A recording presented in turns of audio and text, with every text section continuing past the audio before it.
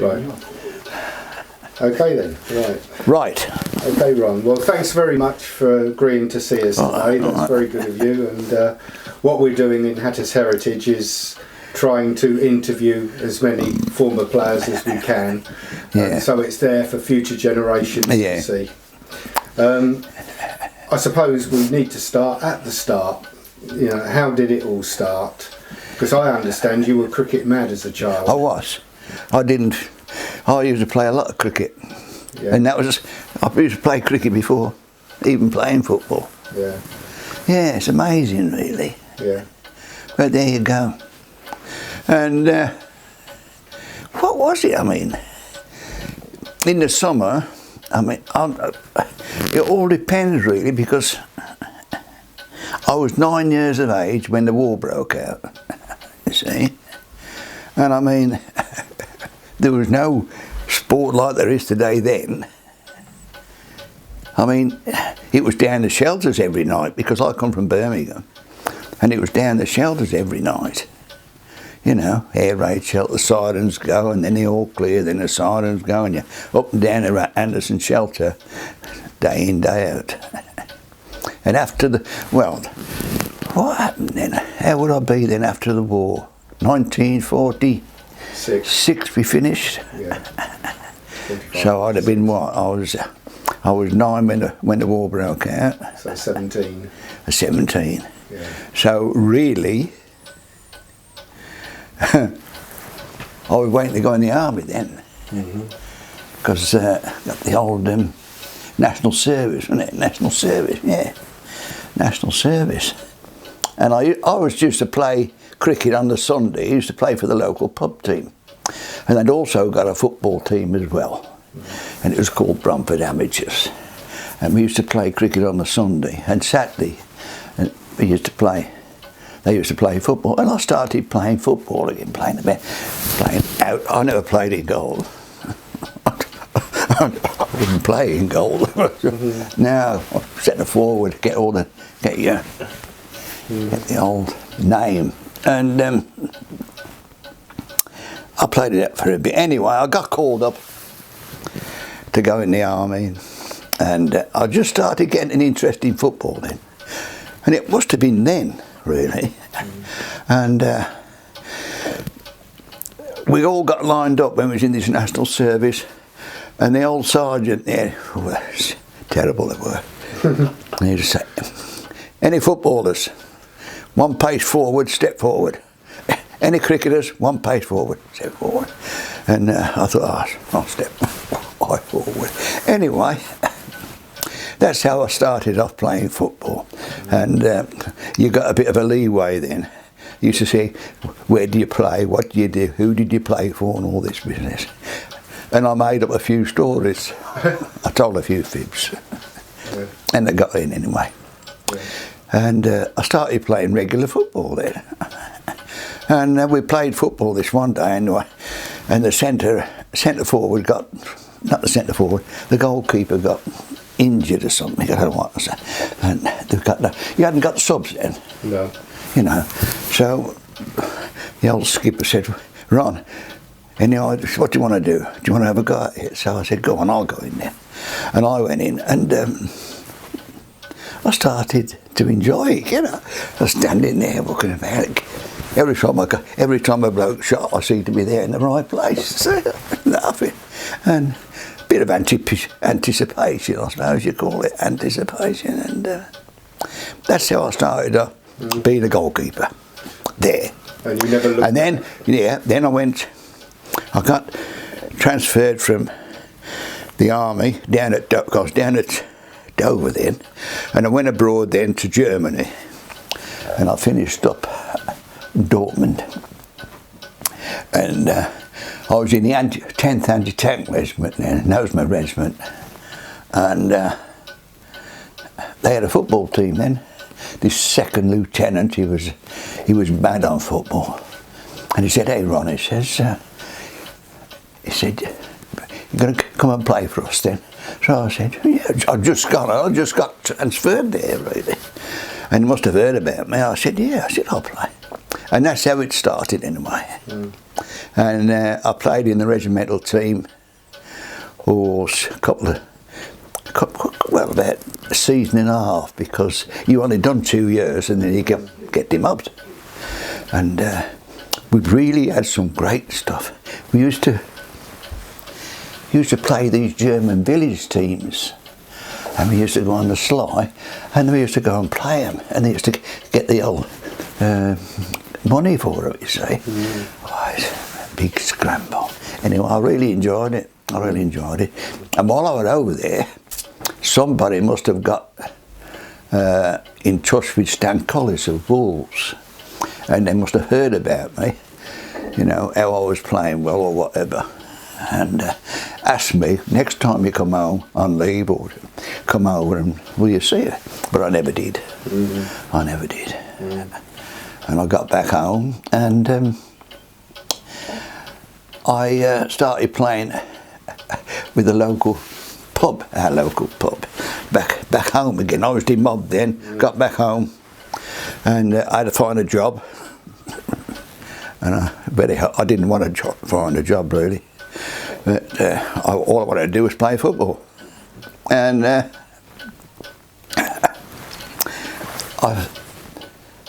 played 3 or 4 times for the old pub, and we were doing very well. And there was a player there who was playing for us now called Arthur Ainge. He was an ex-Villa player, and he'd been playing for Worcester City, you see.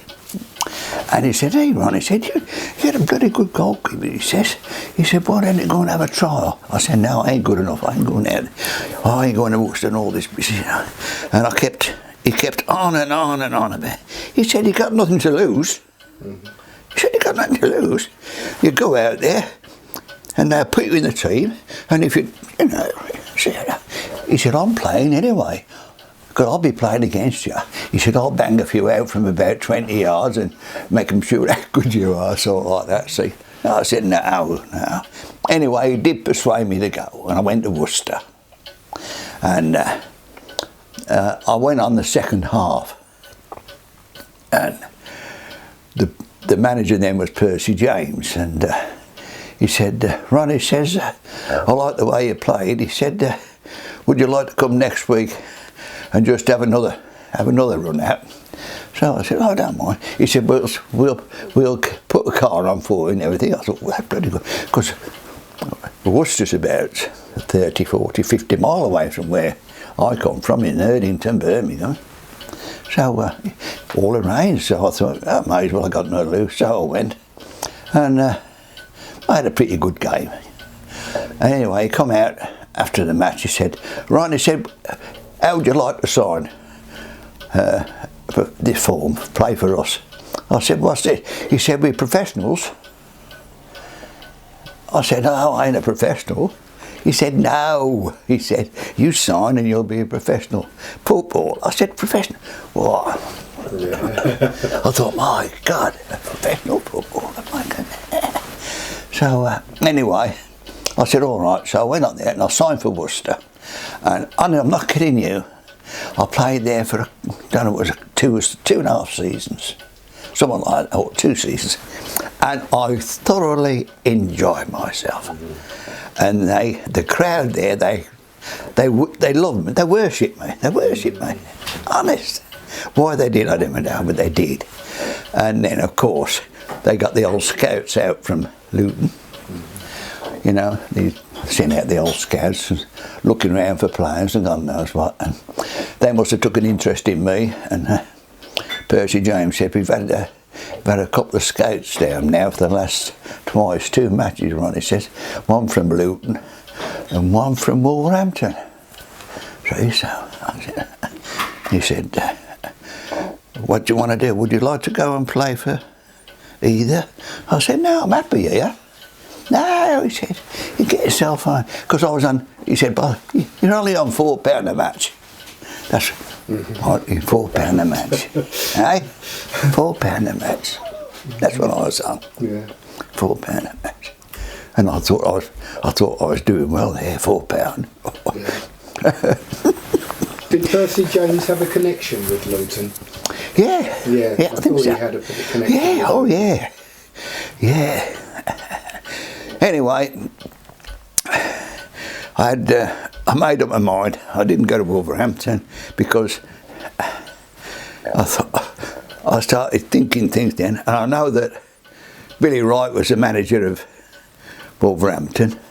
He was a skipper. No, he was a skipper, wasn't he? Stan Collins. He was a skipper. And Stan Collins was the manager. And I thought, and I know the goalkeeper was Bert Williams. And he was English international. So I thought, of the two, if I'm going to get anywhere to get some, I'll leave Bert Williams out and I signed for Luton. And that's when it all started. Yeah. I signed for Luton then. Can you remember how much Yeah. how much you were paid when you first came to Luton? Yeah. £12 a week.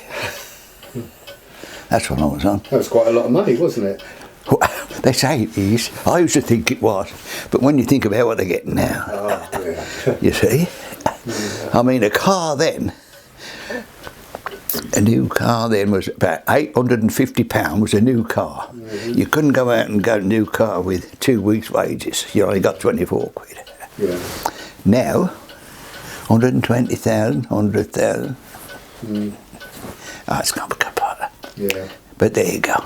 Yeah. And I signed then for Luton, £12 a week, £2 for the win, £1 for the draw. Yeah. And that was it. Yeah. Because then everybody was on the same. There was a maximum wage, didn't it? Yeah. There's a maximum wage, which it should be now, really. Because I think it's absolutely stupid what they're doing now. I mean, you can have a bloke who's on about £200,000, and you can have one bloke who's doing 80. But if that man were on the park, helping his side to blend, to keep together, you should all get the same. Yeah. I think so. But then again, I'm old-fashioned, and I don't know. Yeah. I don't know anymore. No. I just get sick of it, the money they pay out for players. And when I watch them on TV, I think, my God. When I think of Statney Matthews, Nat Loftus, and all these big players I played against, John Charles, and I think about all the, and I look at them, I think, jeepers, they must be crying in the graves. Yeah. Must be. But there you go, that's life. Yeah. It's life, innit? Yeah. Aye. What else do you want to know? Right, you came to Luton in November 51. Yep. And you made your debut at home to Swansea in September 52. That's right, yeah. Can you remember that game? Yeah. Yeah. We won as well. Yeah, we did. Yeah. We won 3-1. Aye. Yeah. Brilliant. Yeah. Yeah. And initially you shared the goalkeeping role with Bernard Stretton, Bernard. Yeah. who was an England international. He was. And only won one cap. Yep, that's right. Yep. But you were there for the run-in in 54-55 when we won promotion to the First Division. Yeah. But before that, I was playing in the combination, the reserve, and we won that. Yes. Yeah. We got promoted into that. We won that. I enjoyed that. 53, yeah. Yeah. Yeah. The old reserves. Used to get good crowds. Combination, didn't we? wasn't it? Yeah. Yeah. Used to get good crowds. Yeah. Yeah. When we went up to Division 1, was everybody confident that we were going to do it? Because it was quite close at the end, wasn't it? Oh, yeah. You're talking about a second division now, aren't you? Yeah. I remember going to Doncaster, and I think we only went up on goal average. We did. Did we? Yeah. Yeah, we only went up on goal average. And I thought, my God, I think we drew, didn't we? No, we won at Doncaster. We had to win at Doncaster. Oh, that's right. That's we right. won 3-0. That's right, yeah. Because I remember my late father went up to the game. And it was the averages, wasn't it? The goal average, for and against. Yes. Yeah, and that's how we got up. Yeah. Yeah. And Birmingham went up as champions. That's the right. first time during the season they'd been That's top right. of the league. That's right. Last day of the season. That's right. They went up as champions. Yeah. And we finished second. Brilliant. Brilliant. Goal average from Rotherham. Yeah. Yeah. Marvellous. Yeah. And we played well in the first season in the Premier. Yeah. Well, in League One. Yeah. Started off well. We did. We beat Wolves 5-1. Yeah. Sunderland 8-2. Yeah. Yeah. Marvellous. Yeah. 25, 26, 27,000 crowds. Brilliant. Yeah. I remember in the cup when we played the 59. Yeah, a cup final. And we were playing Blackpool in the semi-final, sixth round, wasn't it? At Blackpool. Yeah. And I think we were winning 1-0, I think. Yes. And there was about 3 minutes to go, 4 minutes to go, I remember.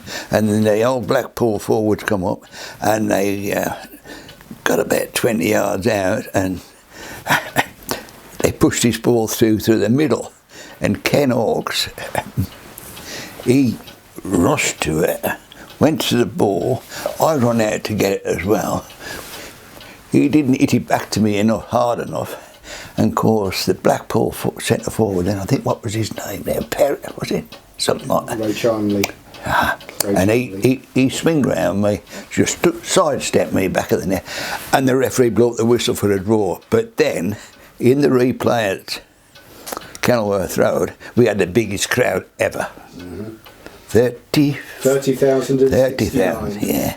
And they were right on the touchline. Yeah. And we won 1-0, did we? We did. 1-0. Alan Brown scored. That's right, 1-0. Yes, there was a lot of truancy in Luton that day. Oh, I was made to go to school. Were you? I went to Dunstable Road School. Yeah. I was walking to school and passing everybody coming the other way. Yeah. I was not happy. But I was made to go to school. Yeah. So I didn't see that game. Yeah. Marvellous. And a lot of the teachers weren't there in the afternoon. Yeah. Yeah. And then we played. Who did we play after that? Norwich. Norwich. That's right, Norwich. We drew, didn't it? Did you have a replay? Yeah, we drew at White Hart Lane. That's right. 1-1. And then won the replay at St Andrews, Birmingham. That's right. Because that's where I was born, in Birmingham, and I had all my families there. That was fantastic. Yeah, we Lovely. won 1-0. 1-0. Billy Bingham. Yeah. But before that, you'd won some England caps. I played against Denmark. I think we won about 4-1, 5-1. 5-1. Yeah. And then we played against Spain at Wembley. I don't know what the score was then. 4-1. We won it. And then we played Ireland, didn't we? Yeah, Northern Ireland. That was the 3. Yeah. But after that, I never got a... You know what? Walter Winterbottom, he was doing... I played for the Football League and the England B. I played them. I enjoyed them. But Walter Winterbottom... I mean, after I played 3, we never lost. And yet, I never got picked again. And there was no reason why I didn't get picked again. And I thought, well, that was a bit funny. You'd think they'd say, well, you know, Rob, so-and-so, so-and-so, so-and-so, you know, make a bit of a think why I never held my place and got back in. I don't know. He never told you? Never told me nothing. No, didn't know. Didn't know. Because we went through quite a few goalkeepers after that. They did, yeah. That's right. And nobody settled. There was that one from Coventry. Yeah, Reg Matthews. That's it, yeah. And nobody could understand, because I read all the bits at the time, and nobody could understand how a goalkeeper from the 3rd division, which is what he was, got in ahead of you. Because you hadn't done anything wrong. No, that's what I mean, yeah. But Bernard Stretton was even more hard done by, because he played in a game. His one England game was England won 9-1. That's right, yeah. He never played a game. Bernard was a good lad, though. Yeah. He used to be ever so spectacular, you know. A ball had come, you know, and if it was only just there, but he could just go and catch it. He'd wait and then he'd. Brilliant. But he used the ball very well. Yeah. Bernard. Very well. Yeah. Very well. You got on very well with him, did you? Oh yeah. Yeah. You were contesting for the goalkeeper for a few seasons. I with Hughes left because he was the other keeper. Yes. The other Irish, was he? Or Welsh? Welsh international. Welsh international. So we had Bernard Stretton, who was an English international. Iworth Hughes, who was Welsh international. If I'd have knew that before I signed for Luton, I wouldn't have signed. Yeah, but Iworth Hughes went. Yeah. And you came in. That's right. So we didn't have 3 internationals at the same time. We only had 2 at the same time. Yeah. Yeah. But and of course we was going to get a new ground. With all this new ground business. My God, how many times have we been going for a new ground? A long time. Yeah. Jesus. Because they were talking about it when you signed, weren't they? Yeah. Yeah. Amazing. Yeah. Lucy Farm, Laporte Sports Ground. Yes. We're still there. Yeah, we are at the moment. Yeah. Yeah. But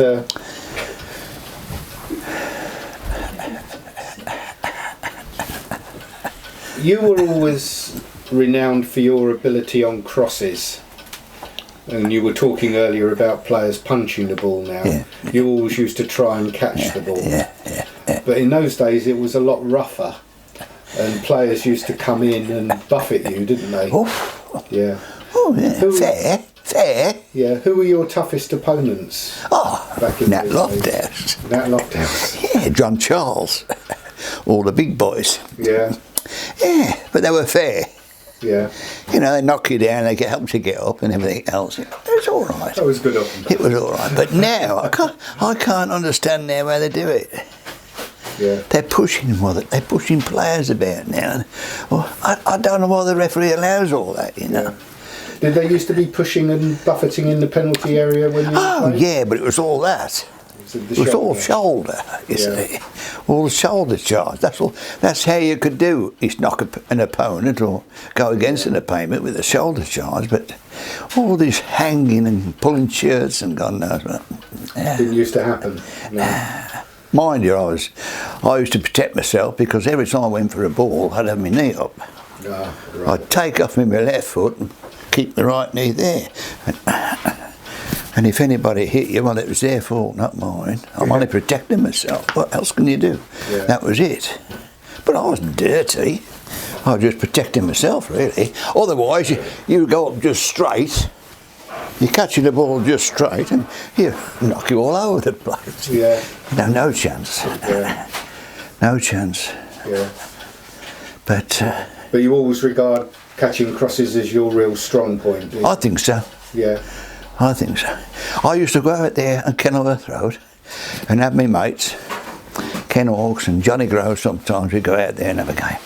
And they used to sling eyeballs in from the cornflake. And if it was, I used to say, if the ball's high enough, you can go out to it. Mm-hmm. You see? If you got the high on the ball, by the time you could go to the edge of the 18-yard line. Mm-hmm. But the other one was mine, my area, and I used to. Times I've shouted at Ken and Budder Hearn. Yeah. Ooh. Yeah. We had a few arguments there. Yeah. With Bud. Yeah. Oh yeah. Yeah. I remember once we was. Where was he?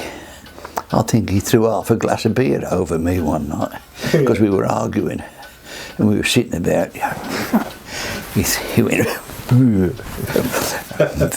But we got on best of well, really. Yeah. But he was he was a good player. Yeah. He could always control Stanley Matthews, couldn't he? Yeah. Budder Hearn. Yeah. Stanley Matthews liked to go down the outside, didn't he? And Budder Hearn more or less used to stand on the line. Yeah.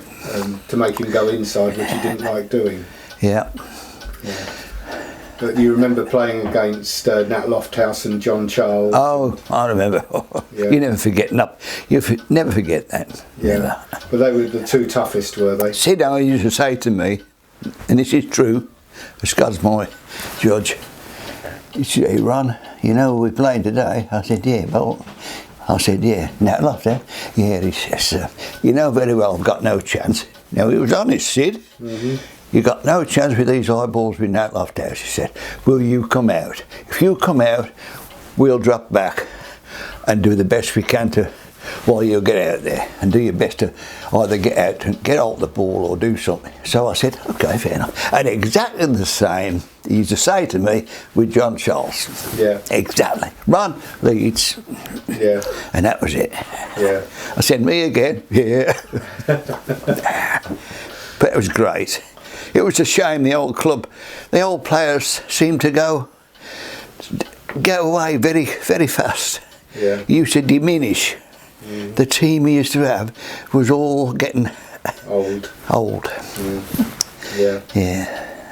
I know you don't want to talk about the FA Cup final. No, I don't. Earlier. No, I don't. We'll have a brief word, but you said earlier about playing Nottingham Forest in a league game just before. That's right, yeah. What can you remember about that? Well, I thought, the trouble was, we're all going to get so many people were saying that, lots of things they were saying about Notts Forest, you know. Or, well, when they played you, they'd only got our reserve side out and all their business and everything else, you know, bits and pieces, but you took it all with a pinch of salt. Because we beat them 5-1 in a league game. And we beat them, 5-1, yes. Yeah. But I thought really it was a bit for a team like Notts Forest to get beat 5-1 by. Oh no, we were playing well, but it was too easy. Yeah. And I thought, I don't know really whether the team was the same that they played when we played when we beat them 5-1, or whether it was a different team altogether. Yeah, I can't remember that. I couldn't remember. I couldn't tell you that anyway. I don't know. Yeah. But we were stupid. Yeah. We were stupid. Yeah. That was more or less ours. That cup was more or less ours. So if we'd have played half of well as what we'd been playing in the previous cup rounds, and it was all the team being one. It was just like one solid mass of players, all the same, all doing the same thing, and all working together. And we were winning every match. Yeah. Which was the worst thing we could have happened, really, because we were even the best players out. Yeah. Who was our winger now? What was his name? Tony Gregory. Tony Gregory. Yes, right. Yeah. Billy Bingham never. He never played well at all. He had a half day, didn't he? In the cup final. match. Yeah, he didn't have a half day. Was there a bit of overconfidence, do you think? Yeah. Yeah. Yeah. Yeah. The worst thing is when you're seeing them going up to get the cup. Well, I couldn't get off the park quick enough. Yeah. It's terrible. Yeah. Terrible. But on the day of the game, you had no special arrangements, did you? You just met at the ground. Yeah, yeah. And drove to Wembley. Yeah. No hotels or keeping you away from everybody from work. No. No, a sad day. We won't talk too much about the cup final. Nah. We'll leave that.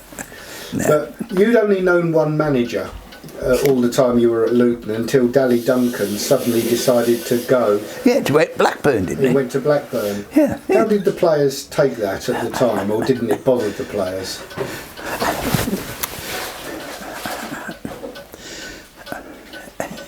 Well, it's hard to say, but Dally was a good Dally Duncan, and he'd never come on the field and dictate to any player what they wanted. Yeah. I never used to see him. Yeah. I never used to see him. I don't think any of the players hardly ever saw him. Yeah. So he wasn't greatly missed then, because you never saw him. I don't think so. I don't think so. Who used to take the training? He used to own a pub. Tommy Hodgson. Tommy Hodgson at the Star and Garter, yeah, Tommy Hodgson, yeah. And there was another one, I can't think of his name now. It was Frank King, wasn't there? Frank was a trainer, yeah.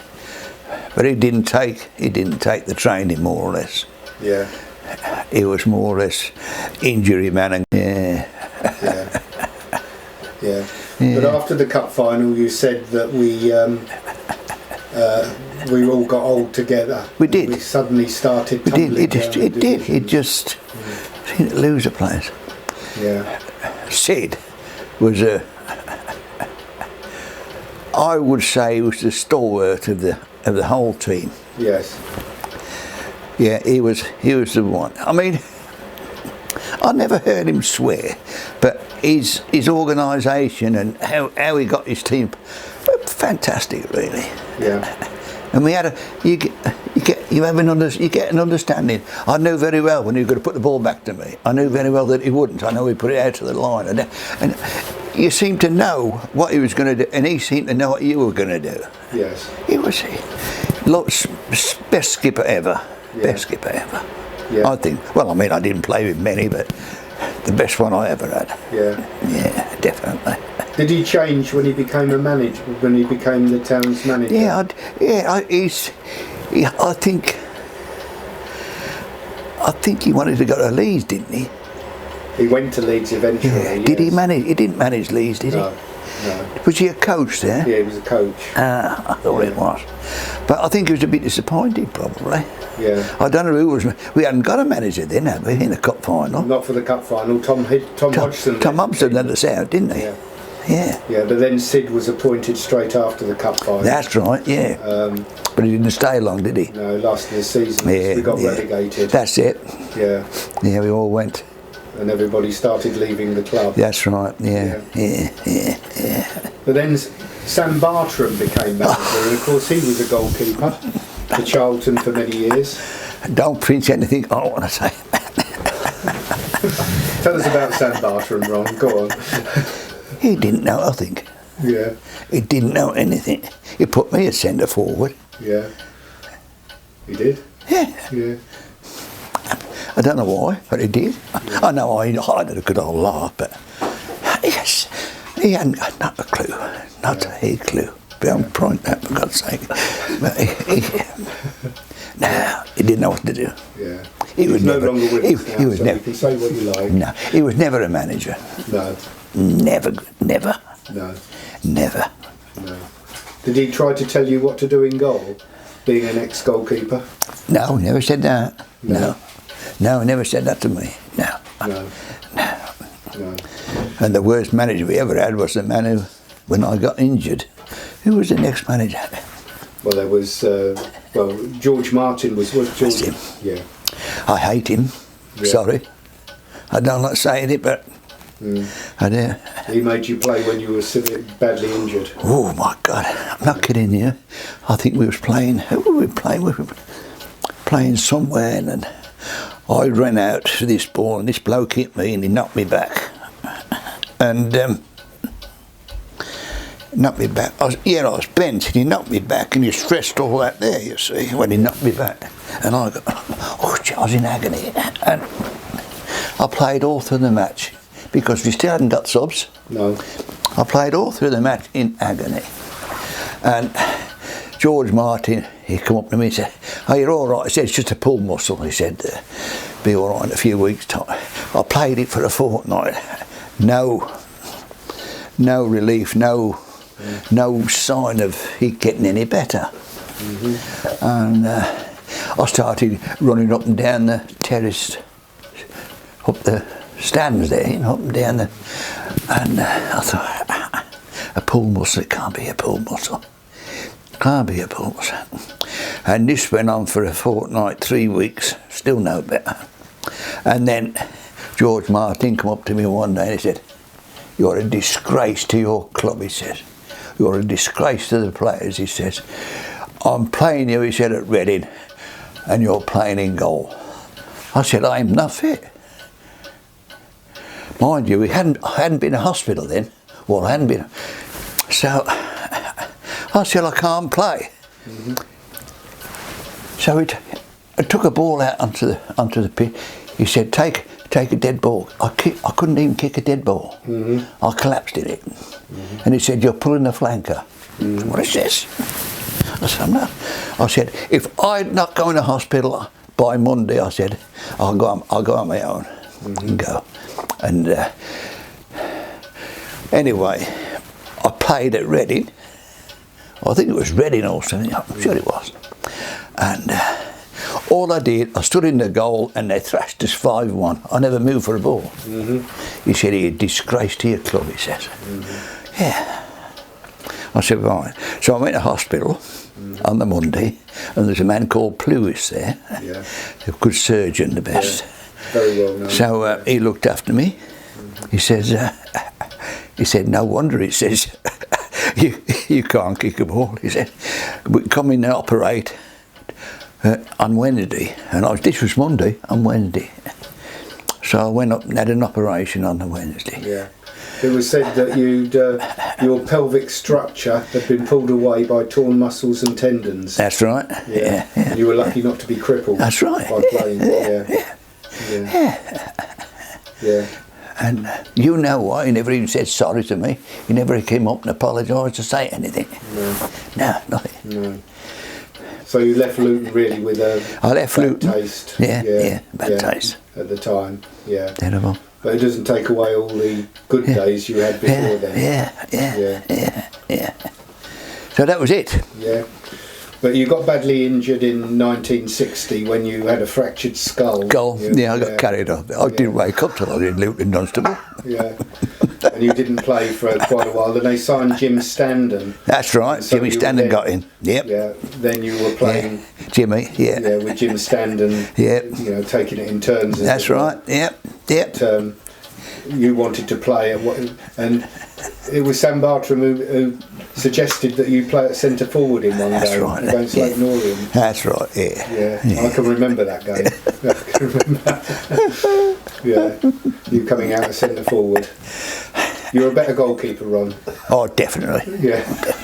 The laugh, right? Yeah, definitely. Yeah. Have you got any questions? Well, what did you do when you packed up playing, Ron? I had offers to go, when I packed up. I had offers, Worcester City. Yes. I had a letter from Worcester City. I could go and play for them, because it wasn't, they didn't really know the extent of the thing, really. They thought, oh, more is, you could come and play, we'd love to have you. Give you a cottage, he said, and everything. I thought, bloody hell, but no, I couldn't play. And I thought, well, that's it.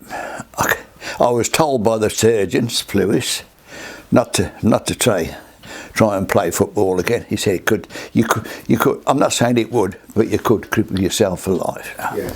So I thought, right. So I said, that's me. I'm finished. I packed up playing football then. That was it. Yeah. And I thought, well, what am I going to do? So I was a painter and decorator before all this business. So I started doing a bit of painting and decorating, self-employed, and I started doing a bit of it. And I had my son with me then, and he was helping me out as well. And we were doing a bit, not bad, but I didn't like it really, all the business. And after that, I thought, got all the solicitors and auditors and that doing your books and everything. I got fed up. And I was up on a ladder doing a bit of painting the windows, and all of a sudden I got vertigo. And honest, I'm not kidding you, how I got down that ladder, I do not know. And because vertigo is just terrible. So I was off there for a fortnight. I said, that's it. So in the end, there was a man at Britannia Airways in Luton. And he was a very nice fella. He was a big director there. And we had a dog, border collie, and God knows what, and I had a GSD then. Because I was a trainer. I used to train dogs, Oh yeah, I was a dog trainer. Oh yeah, I trained all dogs, yeah. And he said, how you doing then, Ron? I said, not too bad, Jeff. He said, I'm looking for a job. He said, look, I'm at Britannia Airways. You're a painter and decorator. So I said, he said, right. He said, leave it with me. He says, I'll get you fixed up. And just like that, the next day I got a phone call saying, Jeff Parker, this is Jeff. I said, hello. He said, report to the plant maintenance department at Luton Airport, he says, and they'll know who you are. Yeah. And that was it. So I went there. I got in there. I went into the plant maintenance. Knocked the door. Hello. Oh, you run Baynham? I said, yeah. He said, oh yeah. We said, we've got to give you a job. He said, we don't really want no painters and decorators. He said, but we've got to give you a job. So anyway, I started there as a painter and decorator. And all the other, well, no, I hardly done any of that. I was helping with the plant maintenance. Yeah. And I was there for 10 years and got distinguished conduct thing for it after 10 years, because I retired and I had early retirement, and it was the best 10 years I ever had. I had more money, mate. I made more money there than I did playing football. Yeah. Yeah. Plant maintenance. Yeah. It's all disappeared now, isn't it? Yeah. It's all modern now, more there. Yeah. But I was there for 10 years. Yeah. And enjoyed every minute of it. Yeah. Loved it. Loved it. And that was it. I come out the game. Well, what I did, I come out the game with £400, and I lived at Western. I bought a bungalow. I didn't buy it. I had £400 deposit on a bungalow. That's all I come out with after all that footballing up career. £400. Yeah.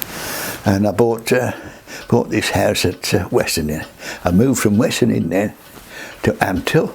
Mm-hmm. I bought a house there. Well, I didn't buy it, but I moved from there nowhere. That was it then. I couldn't afford anything else. Could be, darling. Carry on. Yeah. Going back, Ron, to you're talking about the stadium that was being talked about in the 50s. Yeah. I don't know whether you can remember much about that. I mean, there's a massive campaign going on right now. Is there? Yeah, to relocate the football ground Yeah. to a brand new stadium in the centre of town at Power Court, which is where those old cooling towers used to be back in the day, by the parish church. And I wonder if you can remember much about. I remember. I think the first thing I remember was in the early 60s. They were talking about Lucy Farm for a new ground. Do you remember any of that? I remember the one at the halfway house there, along the Bedford Road. Yeah. That one where's that pig? Is Laporte's.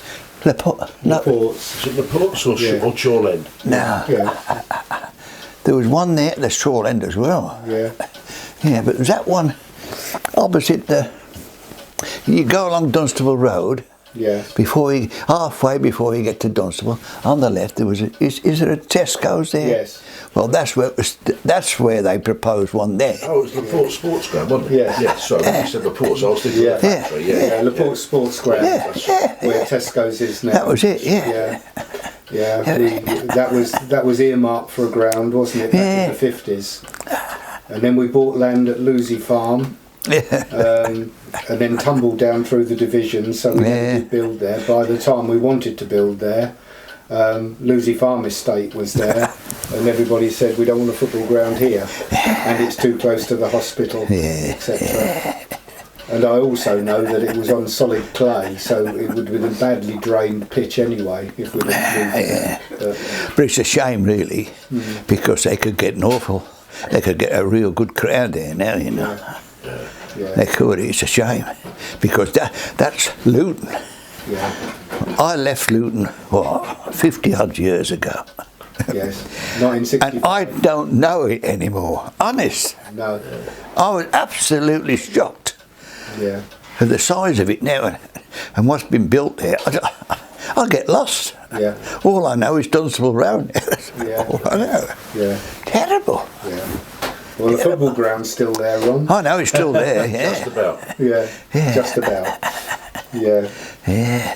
But no, you remember the days of 30,000 crowd. Yeah. Oh yeah. And I can't, you know, I've been there when there's been 27,000. Yeah. And that was crowded, so I can't imagine how 30,000 would be shoehorned into Kenilworth Road.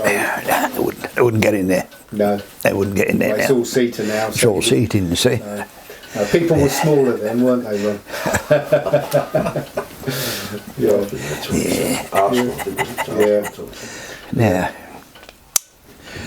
Now, there. Any other questions? Well, no, not really. I'm gonna ask Ron to do something in a minute. We're looking to try and well, there's a big campaign going on to get the new ground built, Ron. Yeah. And I'd like you to read something to camera, if you would. I made a mistake by not bringing a board with me, which is annoying. Because undoubtedly you'd like to see a new ground at Luton, Ron. I'm guessing, despite all the memories. And I'll give you a leaflet later on to explain all about it. But do you reckon if I hold that up, whether you could read that to camera? Yeah.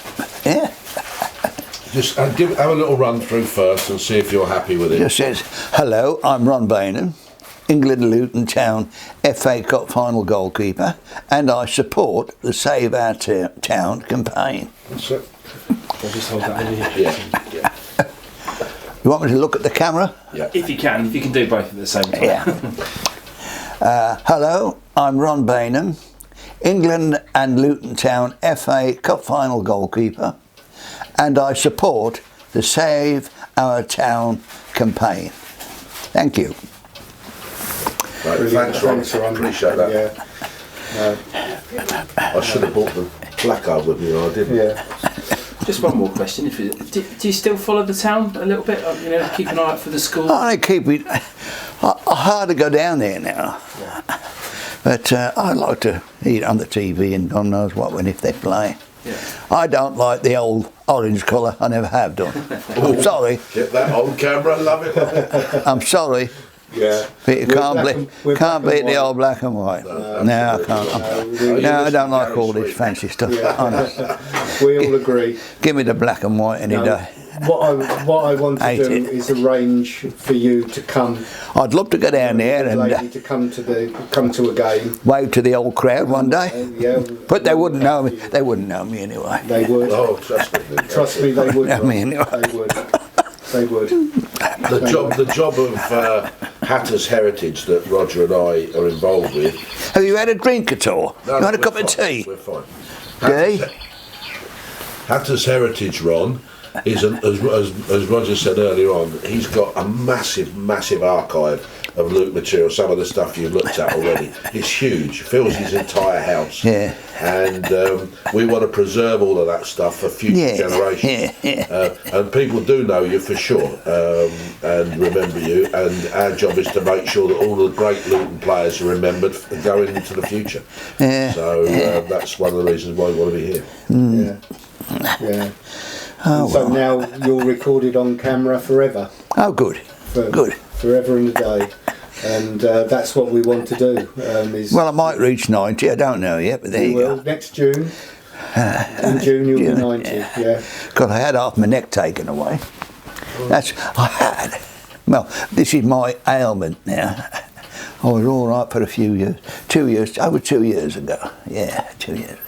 And I had this little, like a pimple on my neck. Yeah. And it didn't get any better. And it got a little bit bigger, a little bit bigger, a little bit bigger. Yeah. And I thought, no. So I went to the doctors at Barton. And he said, I think we better send you, he says, to Luton Dunstable, have it checked. And they checked, and they said, they took they take a biopsy. Yeah. And they found out that it was a melanoma, something, cancer. So they thought we'll get that cut out, and they cut it. I went in the hospital and they cut that out, and after about a month, I went back to see how it was, and they said no, it had spread a little bit more. We'll have to send you to Lister Hospital with a James, he's supposed to be there. So we went, and he said, it's on your lymphatic gland, is it, Dee? Well, yes, it incorporated that. Yeah, incorporate the lymphatic gland.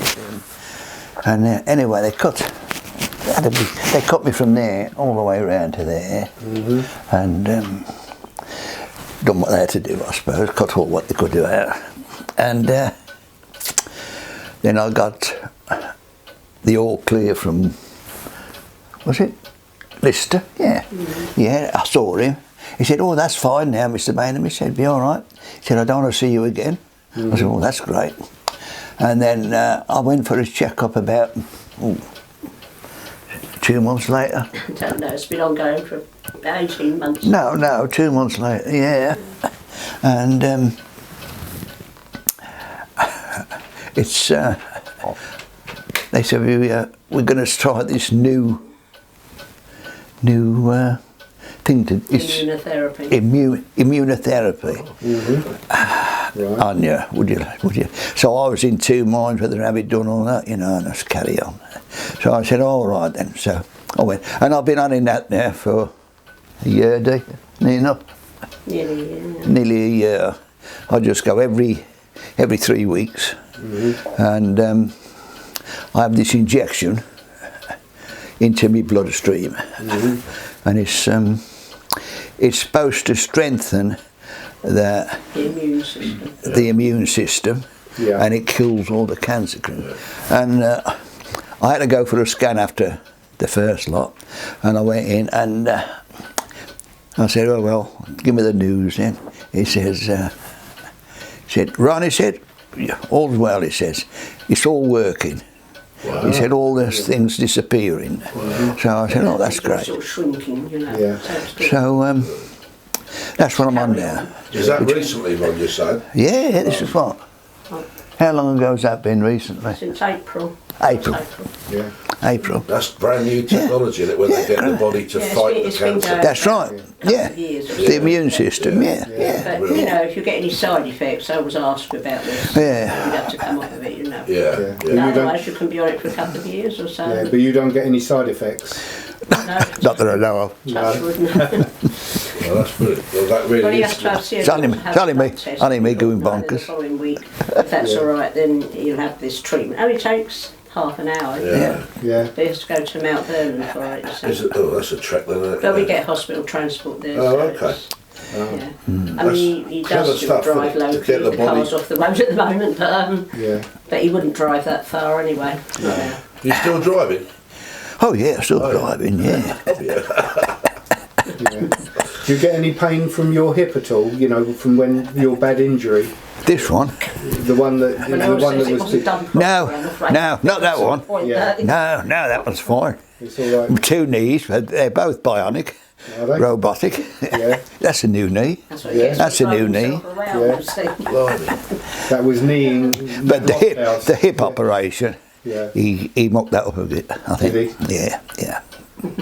I know he has, but there you go. That was Pluis who did it, was it? Did Pluis actually do the operation? Oh no, she did. He's not there now, is he? He don't do it now. No. Now he's gone now. I think he's long. Yeah. But Dr. Pluis was well known. Players used to come from all over the country to see him. Yeah. He was well known for football injuries. But I don't feel as though I've got anything wrong, but there you go. It's extraordinary when you think about the hip thing, plus your knees, plus your cancer. Goodness sake, I mean, He's made of stronger stuff. He does well, really. Absolutely. Yeah. He gets frustrated, if anything. He loves the garden, but we both got gardening. And he can still do things, but not as quick as he used to. Or not for as long, he'll get a bit out of breath, but I mean, at that age, what can you say? Absolutely. But he does, then he'll get frustrated. Oh, I used to be able to do this in half the time and all this sort of thing. But that's just an age thing. You're an example to us all, my friend, without a shadow of doubt. Yeah, you are. My knees are knackered as well. I'm crawling around trying to paint now and all stuff like this. Yeah. I was talking to a guy yesterday, you probably won't remember him. He remembers you, called Steve Downey. Probably. Now, he said to me, I can't remember, because he's a builder, and I think he said he did his apprenticeship with you, or he knew you through his apprenticeship. I don't know. He wasn't very clear, but he lives he's lived in Hampshire anyway. So he's probably in his 60s now, 65 I suppose, but he remembers you anyway. I can't remember where he said he was working with you, but you worked for yourself. You didn't work for a builder at any time. You were all self-employed, weren't you? I worked for a builder. Yeah. Oh, you worked for a builder. Well, it may be through that builder that he remembers you, but that would be a few years ago now, Ron. That would be probably 40 odd years ago, I should think. Maybe more. Yeah. So 50 years perhaps. Yeah. Interesting. No, my main memory of you as a goalkeeper, when I stood behind the Oak Road goal, was how you used to mark out the pitch. How do you know that, Ian? Eh? Yeah. I hadn't used to tell anybody that. No, but we used to see you do it. Yeah. You weren't allowed to do it. But Well, you used to see, mark out the pitch. yeah, you more or less know where the middle of the park, where the middle of the pitch is. So mark the middle of the. The referee didn't like you doing that. Be careful, the referee didn't see you doing it, you know. Yeah. I didn't. He's very pushy for the goalkeepers, what he sees on there, you know, what they're doing wrong or what they're not, or doing differently. I can't help it.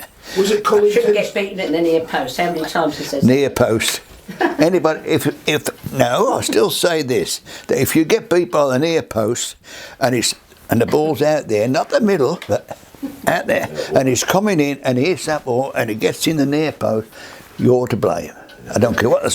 If you're guarding your near post there, because I used to be about half an hour, so I could. If you're guarding it there, and he hits the ball and it goes past you there into the far corner, fair enough. No, that's fair enough. Yeah. That's a good goal. But when they score here, I mean the other day, that's Manchester City's goal. Yeah, Aguero. Yeah. It's only because I've had balls hit me. Ronnie Allen, West Bromwich Albion.